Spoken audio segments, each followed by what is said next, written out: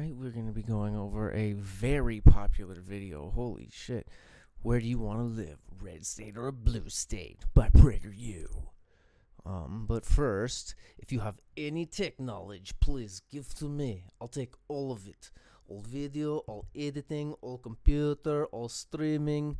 All of it I need. Brain does not work so good. Need help. Bad. Please send help.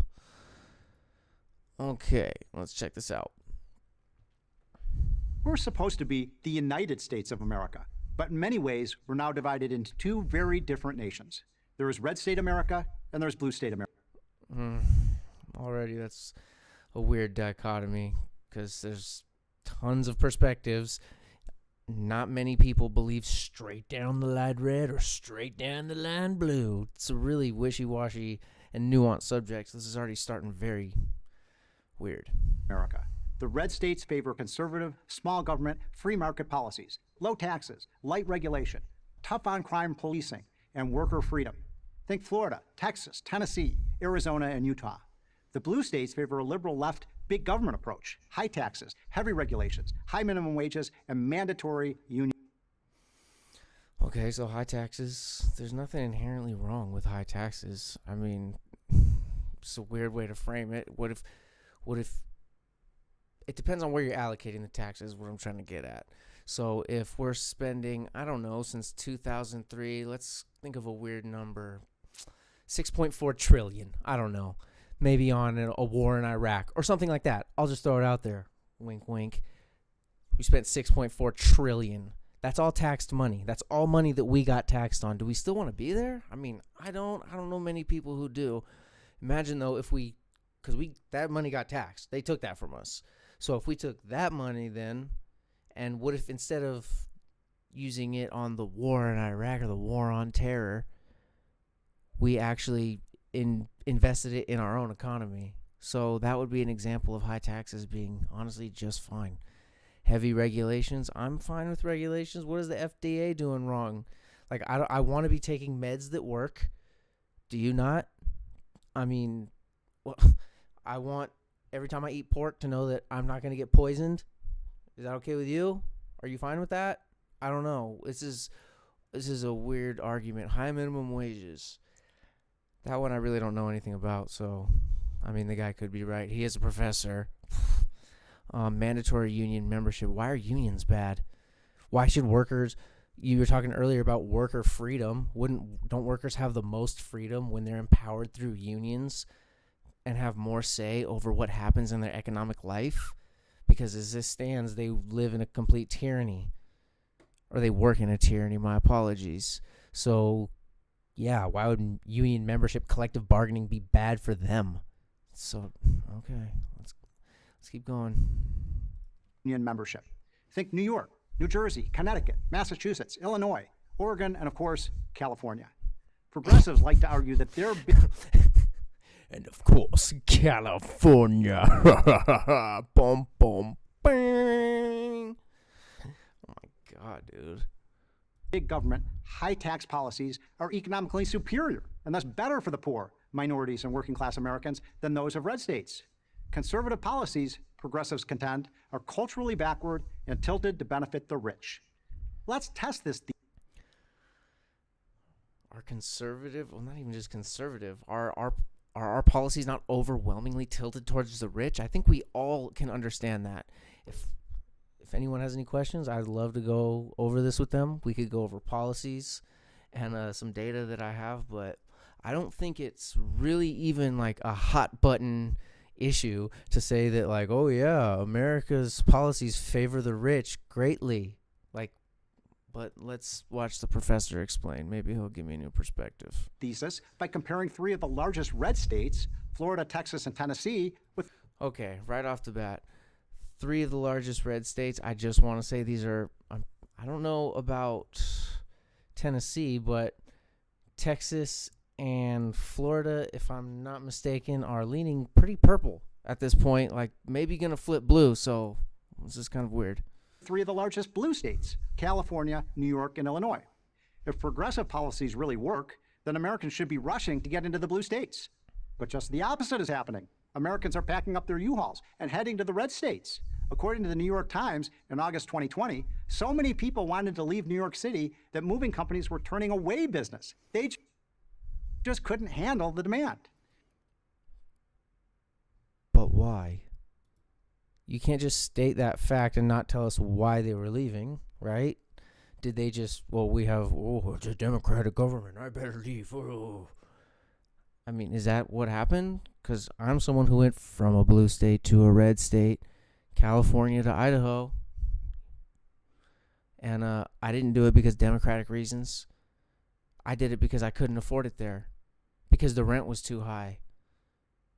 Does that have something to do with Democratic policies? Maybe, but you know what really makes the rent high? Everyone wants to fucking be there. That's why. I don't understand what is such a hot take about this, but it has to be because of the Democrats, right? Every single person who left can't be because they couldn't afford the rent. Like, what? People like these places and they like to be there, and that's going to make the rent higher because more people want to be there. It's supply and demand. Anyway, let's keep going. This exodus may be accelerating, but it's not new. Over the last decade, the three big blue states each lost an average of 1 million people to other states, while the three big red states gained almost 1 million from other states. Makes perfect sense. Americans like freedom. Small government means more freedom, and freedom means opportunity. Let's say... Whoa. Let's rewind that a little bit and hear what he said that again. Government means more freedom, and freedom means opportunity. Small government means more freedom, and more freedom means opportunity. Okay. Yeah, I guess that's right. Small government equals more freedom. Okay, so let's think of this. I don't know. Let's think of it with the good person that you want to be thinking of. Okay, freedom leads to freedom. The guy starts a business, becomes a billionaire. Awesome. Okay. Perfect. And how about the other way around? Let's do it again. Small government means more freedom, and freedom means opportunity.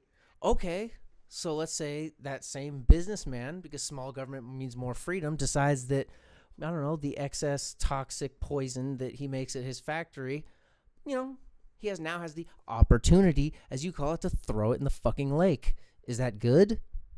Is that a good thing? Can we work with nuance? Probably not.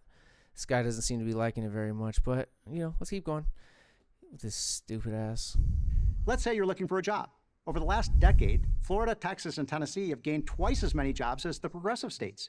Not only that, but your money goes further in red states. According to a 2019 Tax Foundation study, your $100 stretches to $111 in purchasing power in Tennessee, while in New Jersey, it shrinks to $89. That's kind of interesting. I would wonder what kind of social benefits you get for that, and maybe it's offset by that number. I would just wonder. I really don't know. I really don't. If you're a big corporation or a small company looking for a business-friendly environment, affordable housing, or maybe just a better quality of life, where are you going to go? The tough decision is not choosing a red state or a blue state. The tough decision is which red state to move. Because if you just want to have a good life, you just can't do it in a blue state. There's no one living good lives out there. Everyone is just... what? Are they degenerates, or are they having horrible lives, or is it either? No one's having a good time out there. Because I knew a bunch of people having a fucking great time out there. I know people who make enough money to stay out there who are still having a great time. So this is kind of a weird angle. This guy's throwing weird angles at us. Two, progressives like to say that this isn't about economics, it's about weather. The red states tend to be in the south and southwest where the weather is warmer. I've literally never heard that argument from anybody. But that doesn't explain why so many people are leaving California, which has the best weather in the country. We already went over this. They can't afford it because so many people want to be there. It's really not that hard, man. So what does explain the migration from blue states? Start with taxes. Already did it. The two most populous blue states, California and New York, have the highest tax rates in America, while the two most populous red states, Texas and Florida, have no income tax at all. Ooh, bad one, my guy. I just explained this. I left and it had nothing to do with the taxes. And also, these two states you're mentioning are leaning purple, so you should probably, I don't know, pick some other red states, some deeper red states, man. Let's go with fucking Idaho up in this bitch. When taxes get too high, people move to where taxes are lower. The problem for the high tax states is that these people take their money, their ambition, and their employees with them. Then there's crime. Do blue cities do better than red cities? The answer, of course, is no. Of the 20 cities with the highest murder rates, 18 are run by left-leaning Democrats. So 20 cities with the highest murder rates, 18 are ran by left-leaning Democrats. Okay. Well, I mean, I'm expecting cities to have the most crime, right? Because that's where the people are. Like, that's not really that hot of a take. And are most cities going to end up being Democratic or left-leaning? I mean, yeah, there's a lot of people. There's a lot of cultures intermixing. I mean, it's just always going to be slightly left-leaning in a city just because of the diversity factor right off the bat. So this doesn't really seem like a substantive point to me. For the most part, have been for decades. And these cities aren't getting safer, they're getting more dangerous. A good chunk of More dangerous, huh?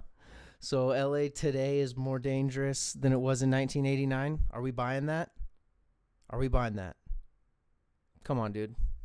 That was come on. Minneapolis was burned to the ground as a result of riots following the death of George Floyd. Portland had... It wasn't just George Floyd.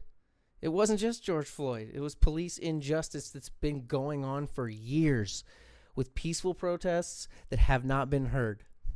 So that's a weird way to minimize it. over 90 consecutive nights of rioting. Not peaceful protests, rioting. Seattle...